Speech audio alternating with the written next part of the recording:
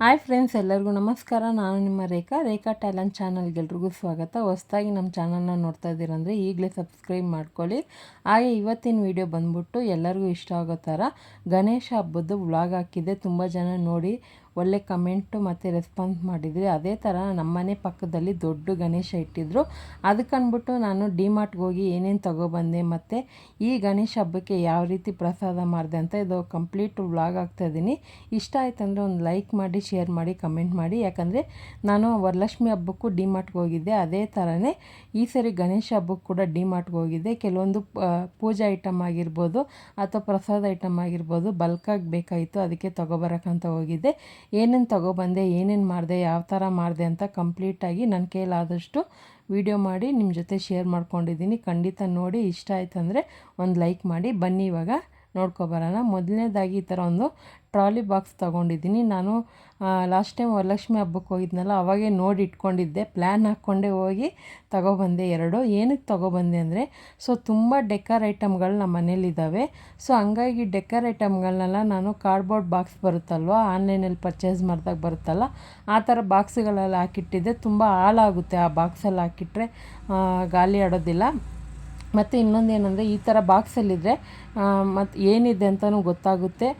ಮತ್ತು ದೊಡ್ಡದಾಗಿದೆ, ಸುಮಾರು ದೊಡ್ಡದಿದು. ಆಲ್ರೆಡಿ ನಾನು ಒಂದು ಬಾಕ್ಸಲ್ಲಿ ಹಾಕಿಟ್ಟಿದ್ದೀನಿ, ಇನ್ನೊಂದು ಖಾಲಿ ಇದೆ. ಇನ್ನೂ ಕೆಲವೊಂದು ಐಟಮ್ನೆಲ್ಲ ಹುಡುಕಿ ನಾನು ವಿಡಿಯೋ ಮಾಡಿ ನಿಮ್ಮ ಜೊತೆ ಶೇರ್ ಮಾಡಿ ಆನಂತರ ಅದರಲ್ಲಿ ಹಾಕಿಡ್ತೀನಿ. ಈ ಥರ 2 ಬಾಕ್ಸ್ ತೊಗೊಂಡಿದ್ದೀನಿ. ರೇಟ್ ನೋಡ್ತಾ ಇರ್ಬೋದು. ಆನಂತರ ಇದು ಕೂಡ ಆಫರ್ ಇತ್ತು, ತುಪ್ಪ ಬಂದ್ಬಿಟ್ಟು ಪ್ರಸಾದ ಮಾಡೋದಕ್ಕಂತಲೇ ತೊಗೊಂಡೆ. 1 kg ಬೇಕಾಗಿತ್ತು, ಆದರೆ 2 kgದು ಬಾಕ್ಸ್ ಸಮೇತ ಬಂತು, ಅದಕ್ಕೆ ತೊಗೊಂಡೆ. ದೇವ್ರ ದೀಪ ಹಚ್ಚೋಕ್ಕೆ ಎಳ್ಳೆಣ್ಣೆ ತೊಗೊಂಡಿದ್ದೀನಿ. ಎಳ್ಳೆಣ್ಣೆ ತುಂಬಾ ಶ್ರೇಷ್ಠ. ಹಾಗೆ ಕರ್ಪೂರ ತೊಗೊಂಡಿದ್ದೀನಿ. ಈ ಥರ ಕರ್ಪೂರ ಟ್ರೈ ಮಾಡೋಣ ಅಂತ ತೊಗೊಂಡೆ. ಹಾಗೆ ಇದು ಬಂದ್ಬಿಟ್ಟು 20 ಮೀಟ್ರದ್ದು ಬಟ್ಟೆ ಒಣಗಾಕೋಂಥ ದಾರ, ಅದು ಪ್ಲಾಸ್ಟಿಕ್ ಥರ ಇತ್ತು. ಆನಂತರ ಸ್ಕ್ರಬ್ ತೊಗೊಂಡೆ. ಕೆಲವೊಂದು ಮನೆಗೂ ಬೇಕಾಗಿರೋದು ತೊಗೊಂಡೆ. ಹಾಗೆ ಪೂಜೆಗೆ ಪ್ರಸಾದ ಮಾಡೋದಕ್ಕೂ ತೊಗೊಂಡೆ. ಇದು ಕ್ಲಿಪ್ಗಳು. ಆಲ್ರೆಡಿ ಬಿಸಿಲಲ್ಲಿ ತುಂಬಾ ಎಲ್ಲ ಕ್ಲಿಪ್ ಹಾಳಾಗೋಗಿತ್ತು. ಬೆಲ್ಲ ಬಂದ್ಬಿಟ್ಟು ಮನೇಲಿ ಒಂದು 2 kg ಆಗೋಷ್ಟಿತ್ತು, ಆದ್ರೂ ಎಕ್ಸ್ಟ್ರಾ ಒಂದು 5 kg ತೊಗೊಬಂದಿದ್ದೀನಿ.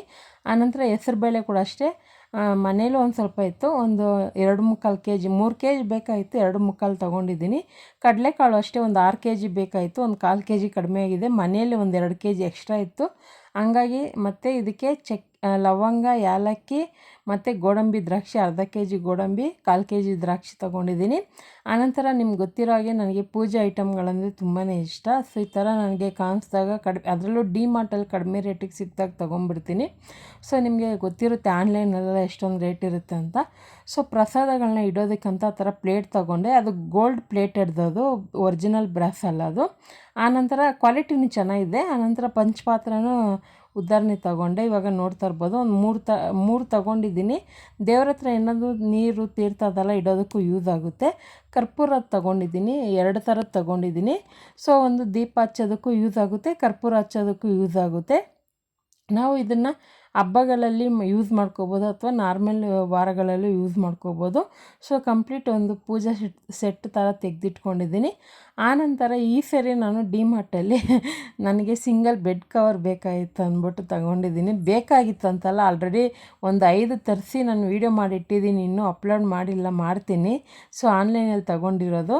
ಇದು ಬಂದ್ಬಿಟ್ಟು ನೋಡೋಣ ಅಂತ ತೊಗೊಂಡೆ. ಸೇಮ್ ಆನ್ಲೈನಲ್ಲಿ ಯಾವ ಥರ ಇರುತ್ತೋ ಬಟ್ಟೆ ಫ್ಯಾಬ್ರಿಕ್ಕು ಅದೇ ಥರದ್ದೇ ಡಿಮಾರ್ಟಲ್ಲೂ ಇತ್ತು. ಮತ್ತು ಇನ್ನೊಂದೇನೆಂದರೆ ಡಿಮಾರ್ಟ್ಗೆ ನಮ್ಮಮ್ಮ ಜೊತೆಗೆ ಹೋದಾಗ ಸ್ವಲ್ಪ ಏನು ಬೇಕೋ ಅದು ಎತ್ಕೊಂಬೋದೆ ಎಕ್ಸ್ಟ್ರಾನೇ ಅಂದ್ಬಿಟ್ಟು 3 ದಿವಾನ್ ಮೇಲೆ ಹಾಕೋಕ್ಕಂತ ಪ್ಲೈನ್ ತೊಗೊಂಡೆ. ಇನ್ನೊಂದು ಪಿಲ್ಲೋ ಕವರ್ ಇರೋವಂಥದ್ದು 2 ಸೆಟ್ ತೊಗೊಂಡೆ. ಆನಂತರ ಒಂದು ಸ್ಕ್ರೀನ್ ತೊಗೊಂಡಿದ್ದೀನಿ. ನೀವು ಗೊತ್ತಿರೋ ಹಾಗೆ ನಾನು ಇದರಲ್ಲಿ ಗಣೇಶ ಹಬ್ಬದ ವ್ಲಾಗಲ್ಲ ಬೆಡ್ ಕವರೆಲ್ಲ ಹಾಕಿರೋದು ನೋಡಿರ್ತೀರ. ಆನಂತರ 2 ಪಿಲ್ಲೋ ಕವರ್ ತೊಗೊಂಡೆ. ಲಾಸ್ಟ್ ಟೈಮು ಸಾಫ್ಟಾಗಿರೋದು, ಸೂಪರಾಗಿರೋದು ಸಿಕ್ಕಿತ್ತು.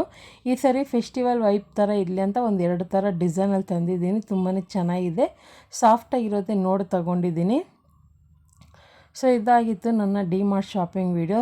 ಕೆಲವೊಂದು ಪೂಜೆಗೆ ಬೇಕಾಗಿ ಪ್ರಸಾದ ಮಾಡಿಸೋದಕ್ಕಂತಲೇ ನಾನು ತೊಗೊಬರೋಕ್ಕಂತ ಹೋಗಿ ಕೆಲವೊಂದು ಐಟಮ್ಗಳನ್ನ ಎಕ್ಸ್ಟ್ರಾ ತೊಗೊಬಂದಿದ್ದು. ಆನಂತರ ಬಂದ್ಬಿಟ್ಟು ನೆಕ್ಸ್ಟ್ ಇದು ಬಂದ್ಬಿಟ್ಟು ಹಬ್ಬ ಇನ್ನೂ 2 ದಿವಸ ಇದ್ದಕ್ಕೆ ಮುಂಚೆನೇ ಬಂದಿತ್ತು. ಅಂದರೆ ಸಂಡೇ ಹಬ್ಬ ಬಂದ್ಬಿಟ್ಟು ಬುಧವಾರ ಇದ್ದಿದ್ದಲ್ವ, ಭಾನುವಾರನೇ ತರಿಸಿದ್ರು. ಇವಾಗ ನೋಡ್ತಾ ಇರ್ಬೋದು, ಈ ಥರ ಕ್ರೈನಿಂದ ತೆಗಿತಿದ್ದಾರೆ. ಸುಮಾರು ಇದು 15 ಅಡಿದು ಗಣೇಶ, ತುಂಬ ಚೆನ್ನಾಗಿತ್ತು. ಇನ್ನೊಂದು ಏನಂದರೆ ನಮಗೆ ಮರೆಯೋಕ್ಕಾಗದೇ ಇರೋಂಥ ದಿನ ಅಂತಲೂ ಹೇಳ್ಬೋದು. ಯಾಕಂದರೆ 1 ವರ್ಷ ಆಯಿತು ನಾವು ಈ ಮನೆಗೆ ಬಂದು. ಹೋದ ವರ್ಷ ಗಣೇಶ ಹಬ್ಬಕ್ಕೆ ನಾವು ಹಾಲು ಉಗ್ಸಿದ್ರಿ, ಅಂದರೆ ಹಬ್ಬದ ಮಾರನೇ ದಿವಸ ಶನಿವಾರ ಹಬ್ಬ ಬಿದ್ದಿತ್ತು, ಭಾನುವಾರ ಹಾಲು ಉಗ್ಸಿದ್ರಿ ನಾವು. ಸೊ ಇವಾಗ 1 ವರ್ಷ ಆಗ್ತಾಯಿದೆ. ಆನಂತರ ಆವತ್ತು ಹಬ್ಬದ ದಿವಸ ಇದು ನೈಟು. ಸೊ ಭಾನುವಾರ ಗಣೇಶನ ತಂದಿಟ್ಬಿಟ್ರು. ಹಬ್ಬದ ದಿವಸ ಇದು ಫಸ್ಟ್ನೇ ದಿವಸನೇ ಗಣೇಶ ಕೆಲವ್ರು ಬಿಡೋರಿದ್ದರು. ಸೊ ಅದೆಲ್ಲ ಮುಗಿಸ್ಕೊಂಡು ನಾನು ಕೂಡ ಇಲ್ಲಿ ದೇವ್ರದ್ದು ಪೂಜೆ ಸ್ಟಾರ್ಟ್ ಮಾಡ್ಕೊಂಡಿದ್ರು. ಇದು ಹಬ್ಬದ ದಿವಸ ಬುಧವಾರದ್ದು ವೀಡಿಯೋ ಆಗ್ತಾ ಇರೋದು. ಬುಧವಾರಕ್ಕೆ ನೋಡ್ತಾ ಇರ್ಬೋದು ಎಷ್ಟು ಜನ ಸೇರಿದ್ದಾರೆ ಅಂದರೆ, ನಮ್ಮ ಮನೆ ಪಕ್ಕದಲ್ಲೇ ಇದು.